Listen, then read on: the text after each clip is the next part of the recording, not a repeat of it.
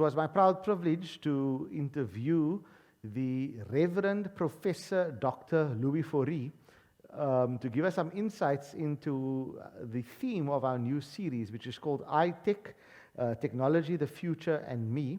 And it's essentially dealing with the interface and the engagement process between people of faith, Christians, and technology and the future. So Dr. Fouree is an esteemed colleague in the Uniting Reformed Church, but is also a world-renowned professor in the area of information technology and technology in general. He has responded to a few questions we have sent to him remotely, and he was so kind to accommodate us and respond to us. This interview is a precursor to the message, the first sermon in the series, which is called The Best Technology. And I would highly urge you to listen to how he responds and his wisdom and his intellect on the questions posed to him. God bless you, and I hope you enjoy. Hello, my name is Louis Fouree, and I'm a technology strategist that consults internationally to governments, industry, organizations, and educational institutions. I'm currently an affiliate professor at Arkansas University, Little Rock in the USA, a research fellow of the University of the Free State, and also a research fellow at the Economic and Social Research Foundation in Tanzania. And then I write a weekly column on innovative technologies in the business report of the Independent Media Group. You will know it as the Argus, and the Cape Times, the Star, the Mercury, and so forth. I obtained my undergraduate and postgraduate and doctorate degrees at the University of Stellenbosch, and then later an MBA degree, which I got cum laude at the Northwest University. I also received the Old Mutual Gold Medal for Exceptional Achievement and the Best MBA student. I was previously the Deputy Vice Chancellor, Knowledge and Information Technology Services at the Cape Peninsula University of Technology. And for many years, I lectured as a professor in Information Systems and Technology at several universities in South Africa and also abroad. And before that, I was very privileged to be a full-time minister of religion for many years. And at the moment, I'm still serving at the United Reformed Church in Kleinmond on a part-time basis. You asked me a question of how would I define technology. The word technology, of course, comes from two Greek words, techne and logos. Techne means art, skill, craftsmanship, or the way, the manner, or the means by which things are gained. And then logos, you know very well, it means word. So literally, technology means words or discourse about the way things are gained. The use of the term technology has changed significantly over the last 200 years. But since the Second Industrial Revolution, it is widely considered to include all tools, machines, utensils, weapons, instruments, housing, clothing, communication and transportation devices, as well as the skills by which we produce and we use them. So, technology can be most broadly defined, I would say, as the entities, both material and immaterial, created by the application of mental and physical effort in order to achieve something of value. In this usage, technology refers to tools, machines, and techniques that may be used to solve real-world problems. The word may thus include very, very simple tools, such as a crowbar, or as you would know in the house, a wooden spoon, or much more complex machines such as space station or a particle accelerator. Or on the other hand, it can refer to virtual technology such as computer software or even business methods and processes.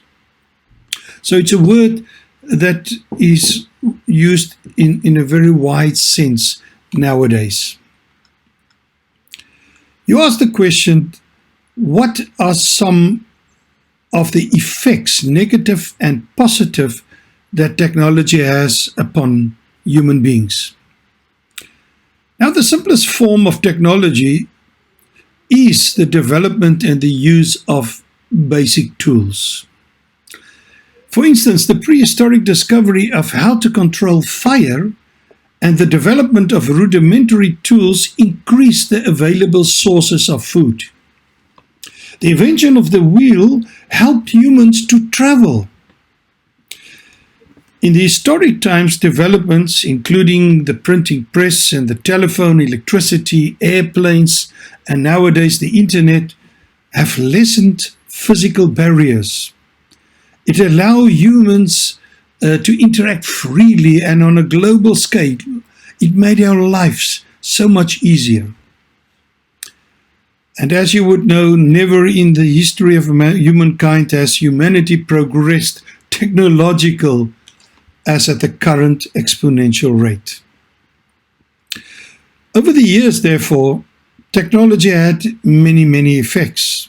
On the positive side, it has helped develop more advanced economies, including today's global economy, and it improved the life, as I've said, of many people. But unfortunately, many technological processes produce unwanted byproducts, known as pollution, and also deplete natural resources to the detriment of Earth's environment. Furthermore, innovations have always influenced the values of society, and it raises new questions in the ethics of technology.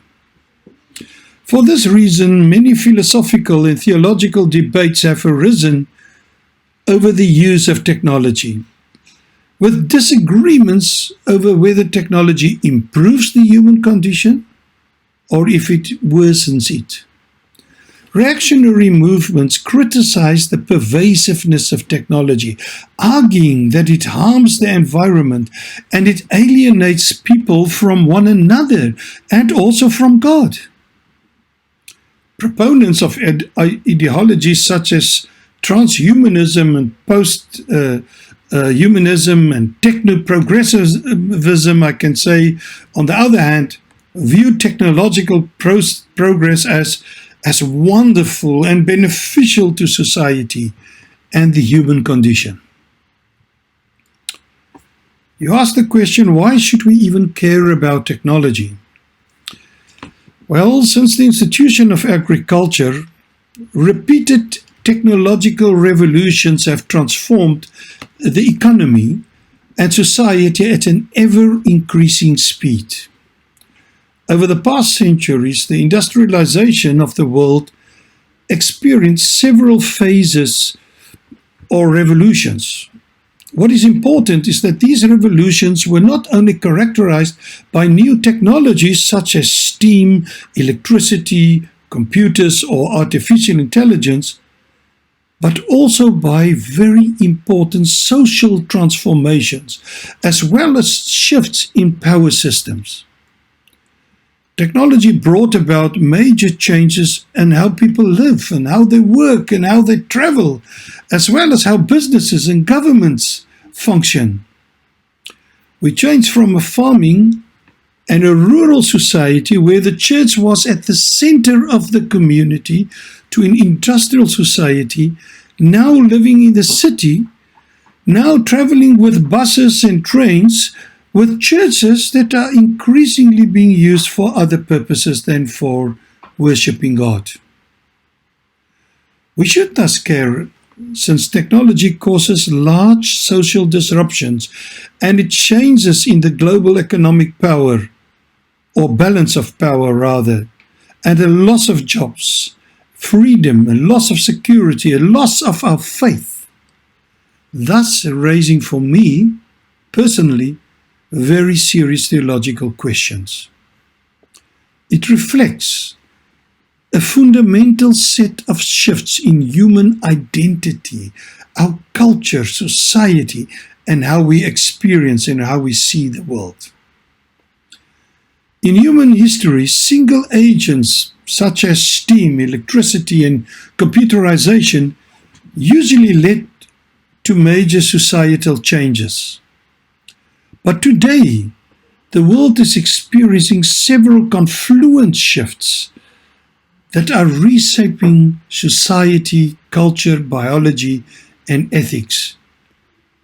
The world is at a critical point in history when change will not only become combinatory and exponential, but inevitable and irreversible. So you ask the question, is technology a threat to people of faith? Yes, technology is not necessarily a threat to people of faith.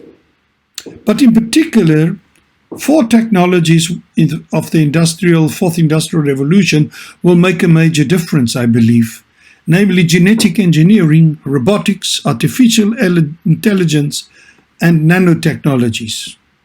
They all have the power to alter human nature and society forever. Genetic engineering is experimenting with altering the human genetic code to enhance intelligence, stop age retardation, create designer babies, and regenerate organs. Robotics and artificial intelligence may create autonomous machines more intelligent than humans, which are increasingly replacing humans and making many of our jobs obsolete. In addition to the amazing graphene as a material, a very strong material, nanotechnology are also introducing and will probably introduce more super materials, as well as nanobots, that very, very small robots that could roam our bloodstreams and change medicine forever. The problem is that technology often reinforces a false sense of autonomy and independence. Due to the substitution and augmentation by technology, people do not see the value of interaction with other people anymore. Everything becomes virtual or virtual reality, alternative reality. This notion is also carried over to religion, fostering the idea that I do not need the community of believers anymore. The sad consequence is that strangers and people in need become invisible to us. Many technologies give humans more control over their environment and more control over their life by enhancing their cognitive and motor abilities. But let me tell you, this is a false sense of autonomy. Since as people become more dependent on technology, and technology is controlling their daily lives through hidden algorithms, they effectively have less autonomy. They become slaves. Although you may not always be aware of it, technology to a large extent controls our behavior, our emotions, our thoughts, our moods, and our action. Due to embedded artificial intelligence, technology is even making an increasing number of decisions on our behalf. You ask, technology is ubiquitous. How do Christians adopt, assimilate, and accompany new technology? You are right. Technology is ubiquitous. It would be difficult in a modern world to live without technology, as some people are trying to do, like the Luddites or the Amish. I believe that Christians have to live with technology. We can even embrace technology, but only if we do it correctly, only if we do it ethically. We must remember that technological artifacts are never morally neutral instruments, but they influence our daily lives. The conception and the values of designers are deeply encoded into the material and the structure of their technology, and it reflects the perceived desires of its users. Emerging technologies, therefore, reshape what it means to be human. Over the years of human existence, technology has permeated the human culture, and it now touches almost every single aspect of our lives. It influences our ethics, our values, our decisions, and also our faith. It shapes human culture, human consciousness, social and cultural practices, as well as true and false worship. Unfortunately, and I must say it, we often uncritically embrace technology, especially the younger generation. They love technology. When adopting new technologies, Christians need to consider the impact that it will have on them as human beings and also as followers of Jesus Christ. It is within the ambit of current technology to heal the sick and make the blind to see, the lame to walk, and the deaf to hear, as Matthew 11 verse 5 says. But it can simultaneously also engross people and shift their focus from that which is really of importance. When people are so enchanted by technology that they do not critically question it, they are in grave danger of enslavement. When technology displaces our faith in God, we should become concerned. We will never place our trust in technology alone, as if technology can fix all the problems of the world. No.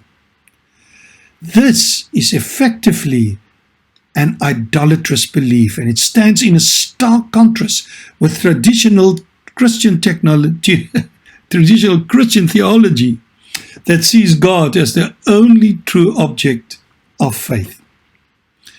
A sound Christian approach to technology keeps in mind that technology is not neutral, and it comprises both curse and blessing.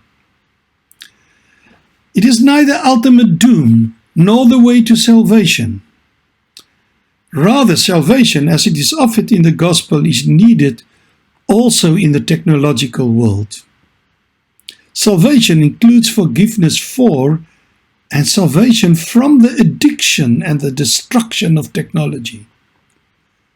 Only Jesus Christ offers deliverance to a new life of freedom, freedom from the world and its demands, including technology. You ask a very important question. What will the world look like in 50 years?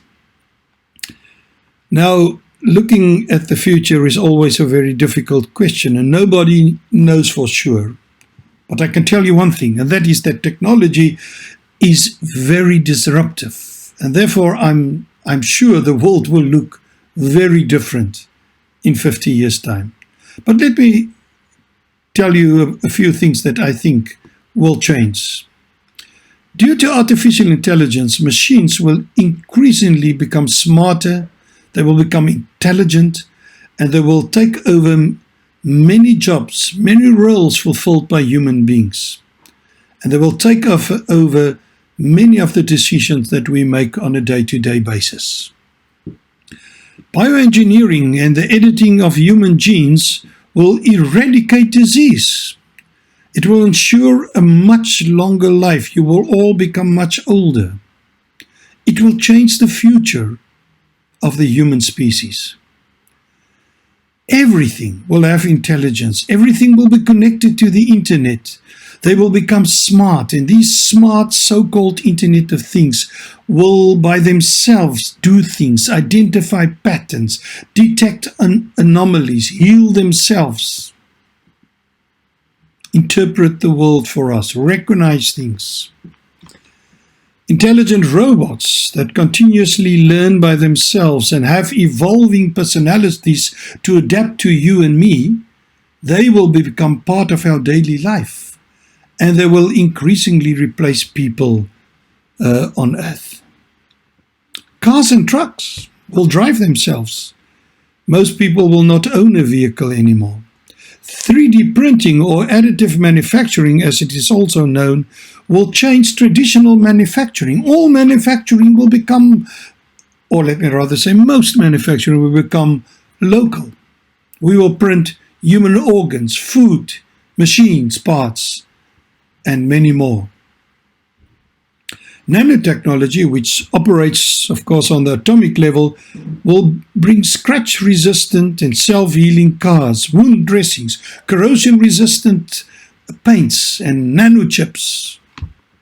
Nanotubes, those things that are 200 times stronger than steel, will be used everywhere. Wonderful materials will come into being. And nanobots, I talked about that earlier.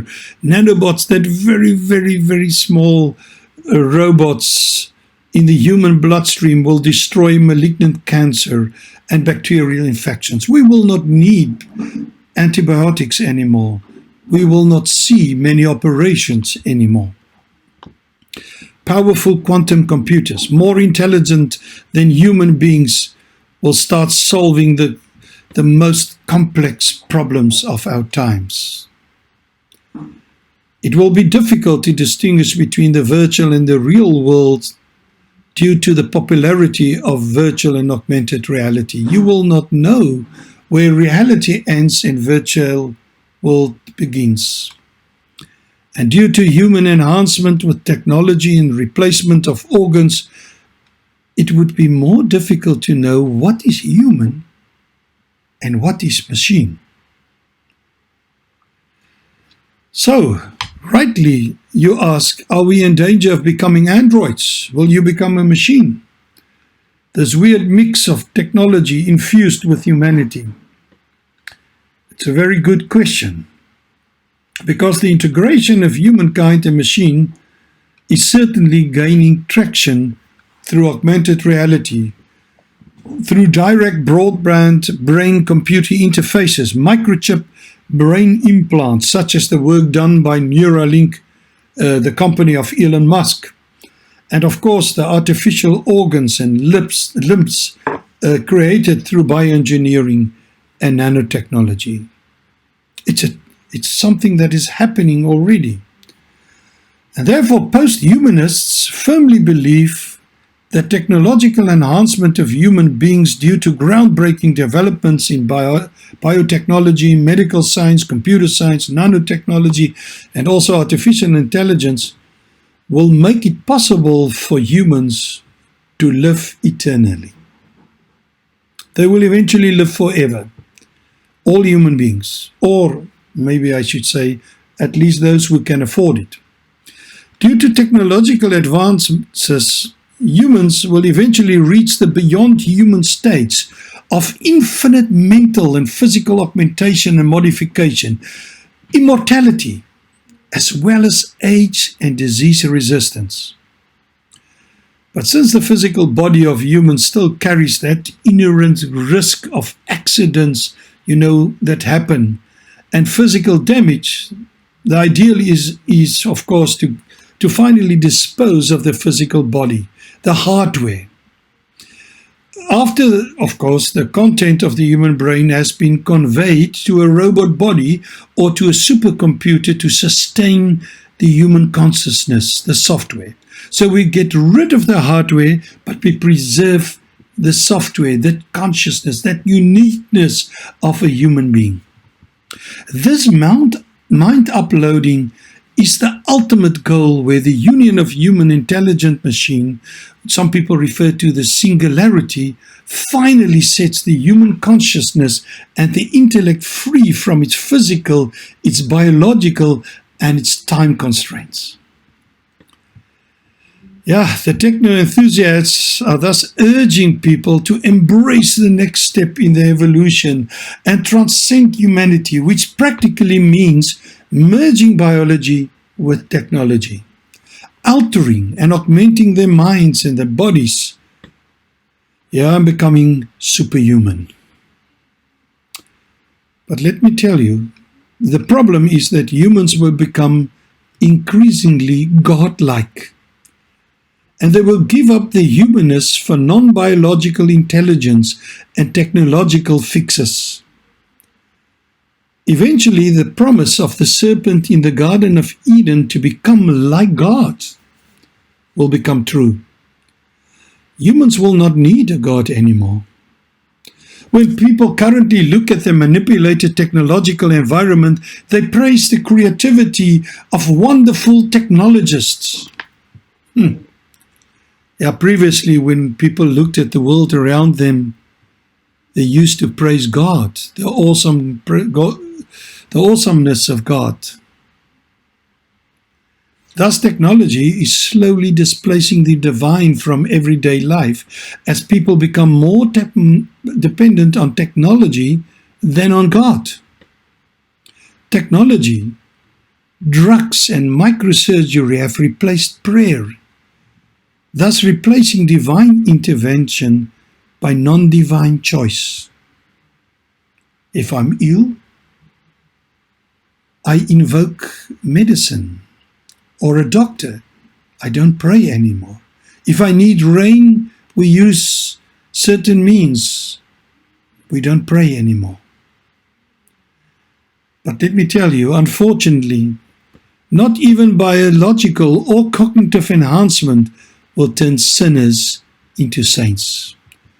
Only the grace of God can redeem human beings and help them to truly become who they are.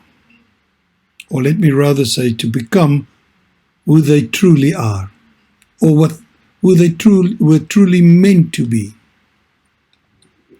In the final instance, there's only one question to be answered. Who is the real God? Is it technology? Or is it the God of the Bible who gave his only Son? A God that transcends our world and promised an eternal kingdom that can only be established by himself, and therefore lies beyond the capabilities of technology.